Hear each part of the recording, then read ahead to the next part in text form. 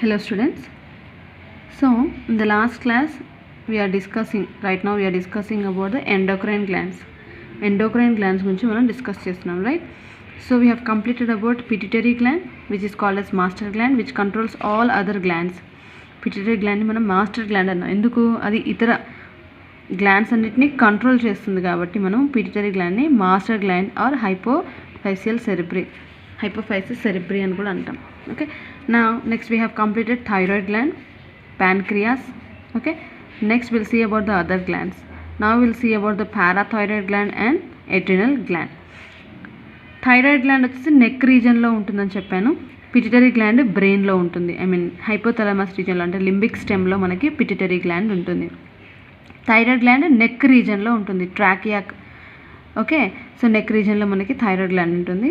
And next adrenal gland వచ్చేసి kidney పైన మనకి జనరల్ చూసుకున్నట్లయితే ఇలా కిడ్నీస్ ఉంటాయి కదా, వాటి పైన రీజన్లో మనకి అడ్రినల్ గ్లాండ్ క్యాప్స్ లాగా ఉంటాయి. అటువైపు ఇటువైపు పేర్ ఆఫ్ అడ్రినల్ గ్లాండ్స్ ఉంటాయి.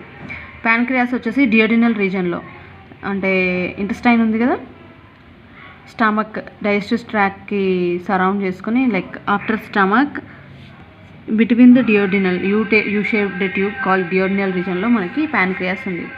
పారాథైరాయిడ్ గ్లాండ్ వచ్చేసి థైరాయిడ్ గ్లాండ్కి పోస్టీరియర్ రీజన్లో మనకి పారాథైరాయిడ్ గ్లాండ్ ఉంటుందన్నమాట. So will discuss about parathyroid gland and adrenal gland now. So will start. Parathyroid gland. So thyroid gland ఇలా ఉంటుంది మన జనరల్గా. పారాథైరాయిడ్ గ్లాండ్ ఇలా ఉంటుంది, నెక్ రీజన్లో ట్రాకియాకి ఆనుకొని ఇలా ఉంటుంది అని చెప్పాను. సో ఈ పారాథైరాయిడ్ గ్లాండ్ వచ్చేసి పోస్టీరియర్ రీజన్ ఆఫ్ థైరాయిడ్ గ్లాండ్కి మనకి పారాథైరాయిడ్ గ్లాండ్ ఉంటుందన్నమాట. ఓకే, చూడండి ఇలా 4 గ్లాండ్స్ ఉంటాయి, పారాథైరాయిడ్ గ్లాండ్స్. సో ఇక్కడ నుంచి మనకి రిలీజ్ అయ్యేటువంటి హార్మోన్ పారాథైరాయిడ్ హార్మోన్. ఓకే, ఏంటి? Parathyroid hormone. సో ఈ పారాథైరాయిడ్ హార్మోన్ ఎలా ప్రొడ్యూస్ అవుతుంది, ఎప్పుడు ప్రొడ్యూస్ అవుతుంది? సో కాల్షియం లెవెల్స్ ఎప్పుడైతే బ్లడ్లో డిక్రీజ్ అయిపోతాయో, ఓకే, బ్లడ్లో ఎప్పుడైతే కాల్షియం లెవెల్స్ తగ్గిపోతాయో అప్పుడు ఏమవుతుంది? ఈ పారాథైరాయిడ్ హార్మోన్ సెక్రెట్ అవ్వడం స్టార్ట్ అవుతుంది. కాల్షియం మనకు దేనికి కావాలి? మజిల్ కాంట్రాక్షన్కి హెల్ప్ అవుతుంది. నర్వ్ ఇంపల్స్ ట్రాన్స్డక్షన్కి, అంటే ఒక దగ్గర నుంచి ఇంకో దగ్గరికి నర్వ్ ఇంపల్స్ వెళ్ళాలి అంటే, సిగ్నల్స్ వెళ్ళాలి అంటే మనకు కాల్షియం అవసరం. మజిల్ కాంట్రాక్షన్ రిలాక్సేషన్ జరగాలి అంటే కాల్షియం అవసరం. సో ఇలా కాల్షియం అనేది చాలా విధుల్లో హెల్ప్ అవుతుంది మనకి. ఈ కాల్షియం కనుక కరెక్ట్గా లేకపోతే మనకి మళ్ళీ డిజార్డర్స్ వచ్చే అవకాశం ఉంది. కాబట్టి మజిల్ వీక్నెస్ ఇలాంటివి జరిగే అవకాశాలు ఉన్నాయి. కాబట్టి కాల్షియం లెవెల్స్ ఎప్పుడైతే బ్లడ్లో తగ్గిపోతాయో మన బ్రెయిన్కి అంటే పిట్యూటరీ గ్లాండ్కి సిగ్నల్ వెళ్తుంది. సో అక్కడ నుంచి ఒక సిగ్నల్ పిట్యూటరీ గ్లాండ్ మనకి పారాథైరాయిడ్ గ్లాండ్కి పంపిస్తుంది. ఆ సిగ్నల్ పారాథైరాయిడ్ గ్లాండ్ దగ్గర రాగానే ఈ పారాథైరాయిడ్ గ్లాండ్స్ వచ్చేసి పారాథైరాయిడ్ హార్మోన్ని రిలీజ్ చేస్తాయి అన్నమాట. ఇది థైరాయిడ్ గ్లాండ్. ఈ థైరాయిడ్ గ్లాండ్కి పోస్టీరియర్ రీజన్లో మనకి పారాథైరాయిడ్ గ్లాండ్స్ ఉంటాయన్నమాట. Okay, next. సో ఇప్పుడు మనకేంటి? పారాథైరాయిడ్ హార్మోన్ ప్రొడ్యూస్ అయ్యింది. సో ఒక్కసారి ఈ హార్మోన్ రిలీజ్ అవ్వగానే, సెక్రెట్ అవ్వగానే ఏమవుతుంది? బోన్లో నుంచి కాల్షియంని తీసుకొని బ్లడ్లోనికి విడుదల చేస్తుంది అనమాట. బోన్లో మనకి కాల్షియం ఉంటుంది కదా జనరల్గా, అలా బోన్లో నుంచి కాల్షియంని తీసుకొని బ్లడ్లోనికి రిలీజ్ చేస్తుంది అనమాట. ఇప్పుడు బ్లడ్లో ఏమవుతుంది? కాల్షియం లెవెల్స్ ఇంక్రీజ్ అయిపోతాయి. సో బ్లడ్లో కాల్షియం లెవెల్స్ ఇంక్రీజ్ అవ్వగానే మనకు ఫైనల్గా నార్మల్గా బ్లడ్లో బ్యాలెన్స్ అయిపోతుంది అనమాట. బ్లడ్లో బ్యాలెన్స్ అయిపోయి నార్మల్ మజిల్ కాంట్రాక్షన్కి, నర్వ్ ఇంపల్స్కి ఈ బ్లడ్ సర్క్యులేషన్ ద్వారా కాల్షియం రీచ్ అయిపోయి అక్కడ నార్మల్ ఫంక్షన్స్ జరుగుతాయి. Okay, so this is the function of parathyroid gland. ఏం లేదు, బ్లడ్లో కాల్షియం లెవెల్స్ తగ్గినప్పుడు పారాథైరాయిడ్ హార్మోన్ సెక్రెట్ అవుతుంది ఆర్ రిలీజ్ అవుతుంది పిట్యూటరీ గ్లాండ్ నుంచి. పిట్యూటరీ గ్లాండ్ నుంచి సిగ్నల్స్ వస్తాయి ఇక్కడికి. ఆ సిగ్నల్స్ పారాథైరాయిడ్ హార్మోన్ గ్లాండ్ దగ్గర రాగానే ఈ పారాథైరాయిడ్ గ్లాండ్ వచ్చేసి పారాథైరాయిడ్ హార్మోన్ని రిలీజ్ చేస్తుంది. ఇప్పుడు ఈ రిలీజ్ అయిన తర్వాత బోన్లో నుంచి తీసుకొని కాల్షియంని బ్లడ్లోనికి రిలీజ్ చేస్తుంది అనమాట. ఇప్పుడు బ్లడ్లో కాల్షియం లెవెల్స్ ఇంక్రీజ్ అవుతాయి. ఓకే, ఇప్పుడు నార్మల్ ఫంక్షన్స్ జరుగుతాయి అన్నమాట. కానీ ఒకవేళ under secretion or hyper secretion జరిగినాయి అనుకోండి, ఈ పారాథైరాయిడ్ హార్మోన్ ఒకవేళ ఎక్కువగా లేదా తక్కువగా జరిగినప్పుడు సెక్రీట్ అయిందో రిలీజ్ అయింది అనుకోండి, అప్పుడు మనకి ప్రాబ్లమ్స్ వచ్చే అవకాశం ఉందన్నమాట. ఓకే, సో నార్మల్గా ఇది జరుగుతుంది ప్రాసెస్. కానీ ఎక్కువగా పారాథైరాయిడ్ హార్మోన్ రిలీజ్ అయింది అనుకోండి, ఏమవుతుంది, బోన్ అంతా కూడా మినరలైజ్ అయిపోతుంది అనమాట. అంటే బోన్స్ డిజాల్వ్ అయిపోతాయి, ఈజీగా బ్రేక్ అయిపోతాయి. ఎందుకు, కాల్షియం లెవెల్స్ చాలా తగ్గిపోతాయి. ఈ హార్మోన్ రిలీజ్ అయితే కాల్షియం బోన్ నుంచి తీసుకొని బ్లడ్లోనికి రిలీజ్ అవుతుంది. అప్పుడు బ్లడ్లో కాల్షియం లెవెల్స్ చాలా ఎక్కువ అయిపోతాయి అండ్ బోన్లో కాల్షియం లెవెల్ తగ్గిపోతాయి. నార్మల్గా జరగాల్సిన అమౌంట్ జరిగితే ఏం కాదు, కానీ రిలీజ్ అవ్వాల్సిన దానికంటే ఎక్కువ రిలీజ్ అయినా తక్కువ రిలీజ్ అయినా మళ్ళీ మనకి ప్రాబ్లమ్స్ వస్తాయి. సో అవేంటో చూద్దాం ఒకసారి. అండర్ సెక్రేషన్, అండర్ అంటే తక్కువగా పారాథైరాయిడ్ హార్మోన్ రిలీజ్ అయిందనుకోండి, సెక్రీట్ అయిందనుకోండి, అప్పుడు ఏమవుతుంది, నర్వ్ సరిగ్గా పనిచేయవు. ఓకే, నర్వ్ ఇంపల్స్ ట్రాన్స్డక్షన్ జరగదు, over excitation. Okay, so over excitation జరుగుతుంది అండ్ మజిల్ కాంట్రాక్షన్ అనేది బ్లడ్ కాల్షియం లెవెల్స్ డిక్రీజ్ అవ్వడం ద్వారా ఏమవుతుంది, టిటనీ వచ్చే అవకాశం ఉంది. అండర్ సెక్రేషన్ అంటే తక్కువగా, సో కాల్షియం ఇప్పుడు బ్లడ్లో చాలా తక్కువ ఉందనుకోండి, మజిల్స్ అనేవి కాంట్రాక్ట్ అవ్వవు. సో అలా కాంట్రాక్ట్ అండ్ రిలాక్స్ అవ్వకపోతే ఏమవుతుంది, మజిల్స్ అనేవి తొందరగా పట్టేసినట్టు అవుతూ ఉంటాయి. సో మజిల్ పెయిన్ స్టార్ట్ అవుతుంది. సో దాన్ని టిటనీ అంటాం, మనం ఏమంటాం, టిటనీ. సో మజిల్ కాంట్రాక్షన్లో ఉండిపోతాయి. కాంట్రాక్షన్ రిలాక్సేషన్ జరగాలంటే కాల్షియం లెవెల్స్ కరెక్ట్గా ఉండాలి. సో ఇది బ్లడ్ సప్లై ద్వారా వస్తున్నాయి. సో ఒక్కసారి కాల్షియం లెవెల్స్ అంటే పారాథైరాయిడ్ హార్మోన్ కరెక్ట్గా రిలీజ్ అవ్వకపోతే బ్లడ్ కాల్షియం లెవెల్స్ తగ్గిపోతాయి, డిక్రీజెస్. సో అలా డిక్రీజ్ అయినప్పుడు ఏమవుతుంది, మజిల్ కాంట్రాక్ట్ అండ్ రిలాక్స్ అవ్వదు.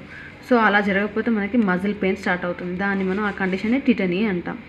Next, nerve impulse over excitation అనమాట. సో కరెక్ట్ టైంకి కాల్షియం లెవెల్స్ అందకపోతే అవి ఇన్ఫర్మేషన్ సరిగ్గా పాస్ చేయలేవు, అలా ఓవర్ ఎగ్జైటేషన్కి గురయ్యే అవకాశం ఉందన్నమాట.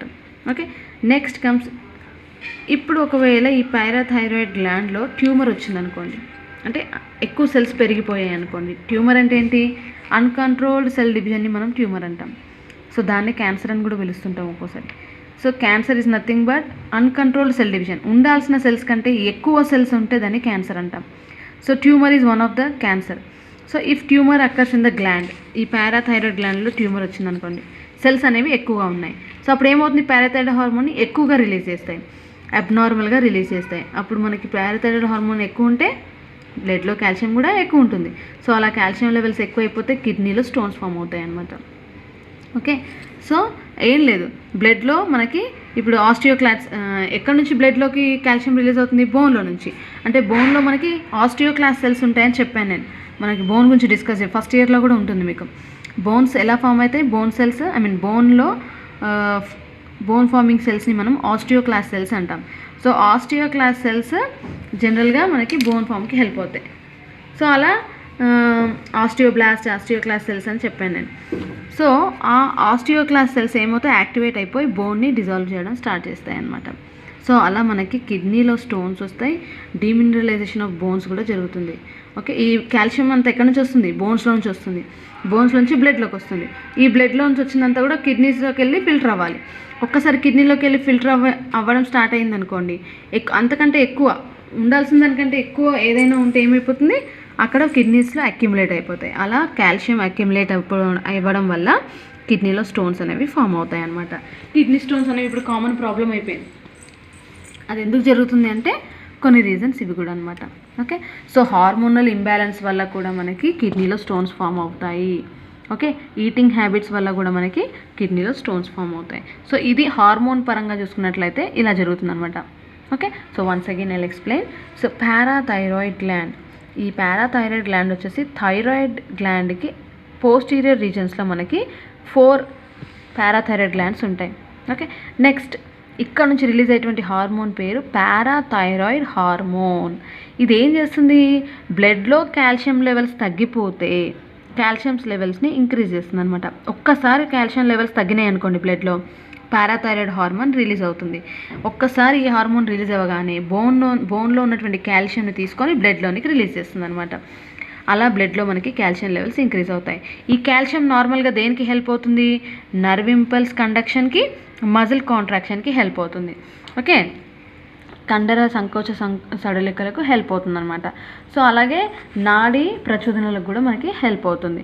సో ఈ బ్లడ్ కాల్షియం లెవెల్స్ నార్మల్గా ఉంటే ఓకే, ఉండాల్సిన వాటికంటే ఎక్కువగా ఉన్నా తక్కువగా ఉన్నా ప్రాబ్లం. సో పారాథైరాయిడ్ హార్మోన్ తక్కువగా రిలీజ్ ఏమవుతుంది, ఈ నర్వ్ ఇంపల్స్ సరిగా ఒక దగ్గర నుంచి ఇంకో దగ్గరికి పాస్ అవ్వవు, మజిల్స్ కాంట్రాక్షన్ అండ్ రిలాక్సేషన్ సరిగ్గా జరగదు. సో మజిల్ పెయిన్ స్టార్ట్ అవుతుంది, ఆ కండిషన్ని మనం టిటనీ అంటాం.